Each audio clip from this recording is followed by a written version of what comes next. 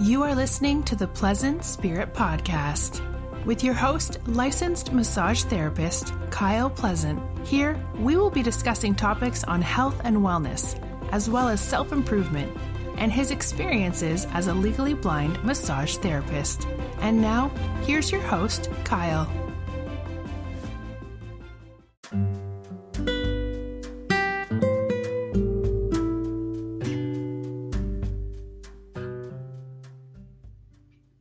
And hello again, and welcome to the Pleasant Spirit Podcast. I'm your host, Kyle Pleasant. I hope that everyone is doing well these days, and we're coming into some spring, and the flowers are starting to bloom. For some of us, we're recovering maybe from a really long winter. So today, I wanted to take a moment, and I wanted you to close your eyes, if you're able to, and I wanted you to imagine one of your happiest moments in life. Could be the birth of a child, or your wedding day, or a situation that just really made you feel happy. Go to that happy place. Some people call that your happy place. Just go there for a minute and experience that moment and notice how it makes you feel. I would hope that that particular moment in time that you're seeing, that it makes you feel happy and peaceful, hopeful, and blessed. And you might notice while you're going through that experience that maybe you have a smile on your face, or your breathing is slow and your heart is pumping a little slower, and you're just feeling calm and peaceful and in a place where everything seems to be right with the world. Just sit with that for a moment.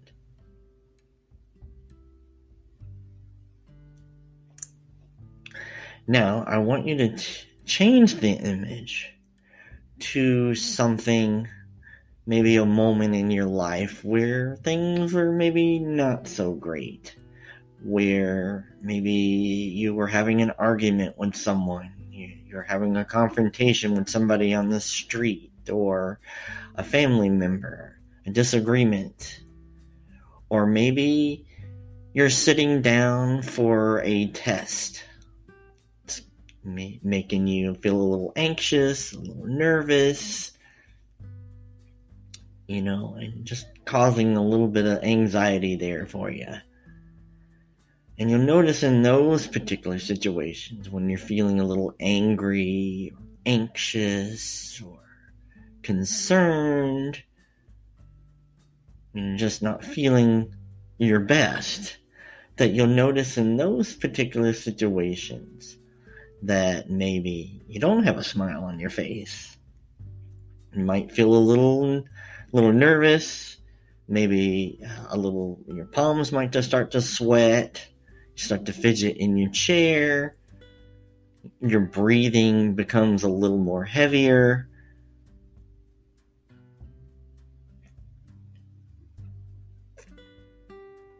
And so in that particular situation where you're feeling anxious or angry, I want you to look at that particular situation and take a moment, and maybe as you're reviewing it in your mind, change the picture. Maybe if you're having a confrontation with somebody, if you're seeing the image in color, maybe change it to a black and white video in your head. Or if you're having a confrontation with someone, change the language. If your native language is English, maybe see the person you're arguing with speaking gibberish. Or if you're sitting down for a test, see all the words jumble around on the page. Maybe the person you're having a confrontation with is wearing a party hat or has a big long mustache on their face. Or maybe they have a piece of food stuck in their tooth.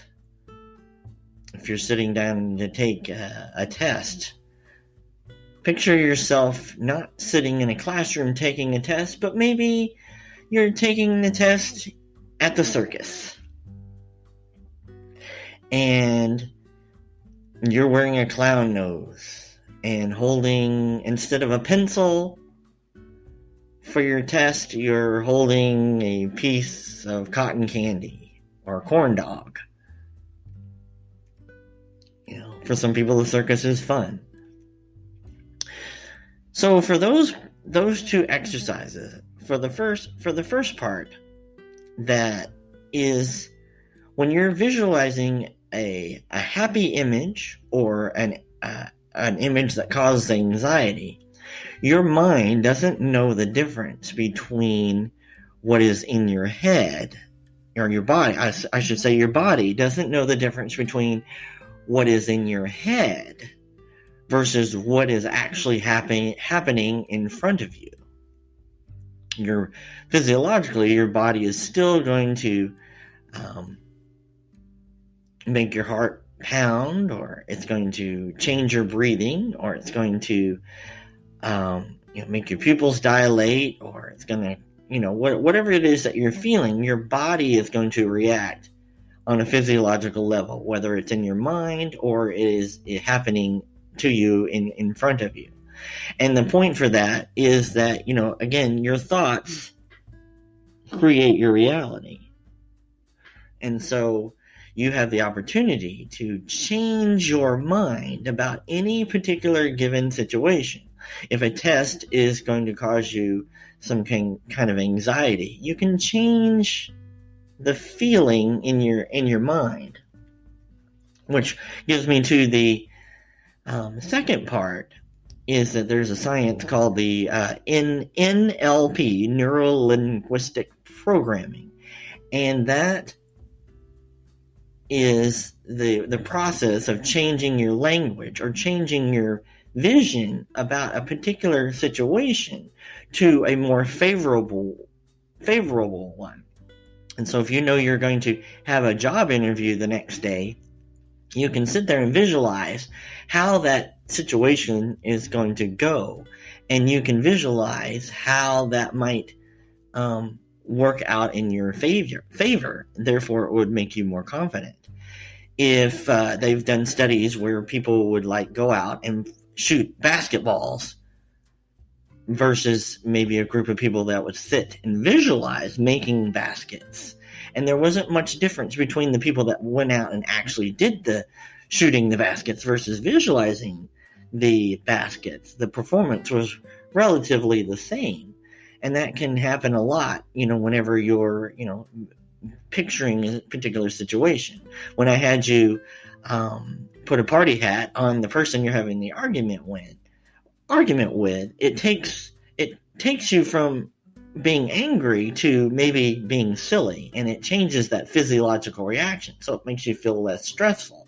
And if you continue to do those kinds of exercises with stressful situations, and you turn them mentally into more positive, favorable outcomes, that changes your physiological reaction from anxious to, silly, then the next time that you come into contact with that particular relative, or you take that test, or that particular confrontation, it's not going to be quite as anxiety driven or anger driven, because you're able to recall the situation where you visualized them in a party hat, or you're able to visualize yourself with a piece of cotton candy in your hand rather than the pencil.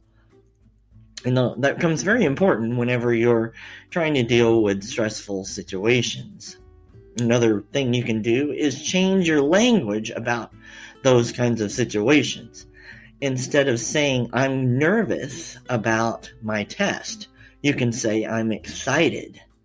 And that changes the feeling behind it because, nervousness brings about more stressful mental images. But if you say, I'm excited about a test, or I'm excited about that job interview, then it's going to reduce your anxiety level about those situations.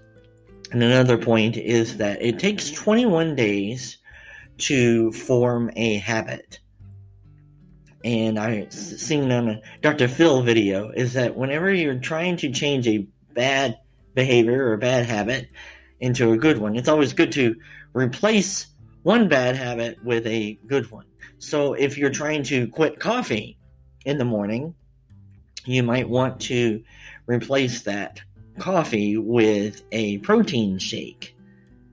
This way you have the feeling of having something in the morning, but you're replacing it with something that might be more beneficial. The example that he used, that if you came home from work every day through the kitchen door, and whenever you go through the kitchen, you have the tendency to want to snack, then the next time that you come home from work, instead of using the kitchen door, use another door, the living room door that doesn't take you through the kitchen. So it's just changing one habit with another one, a more favorable one. And if you do that for 21 days, statistically that, you can change that habit for the better. So those are just some things that you can do to mentally help you out there, change that inner dialogue, change those words, change those ideas into ones that are going to help you be more productive and less anxious and nervous or confrontational. And with that, I hope everyone out there has a wonderful and pleasant day, and be sure you subscribe and share this video if anything helped you out, and I'll see you next time. Bye-bye.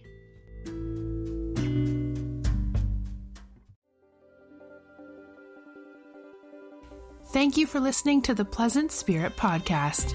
We hope you found today's show informative. Please take a moment to write a review.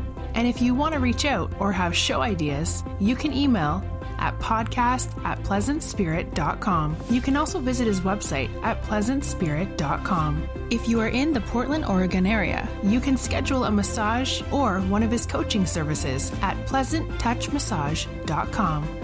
See you next time, and always be well.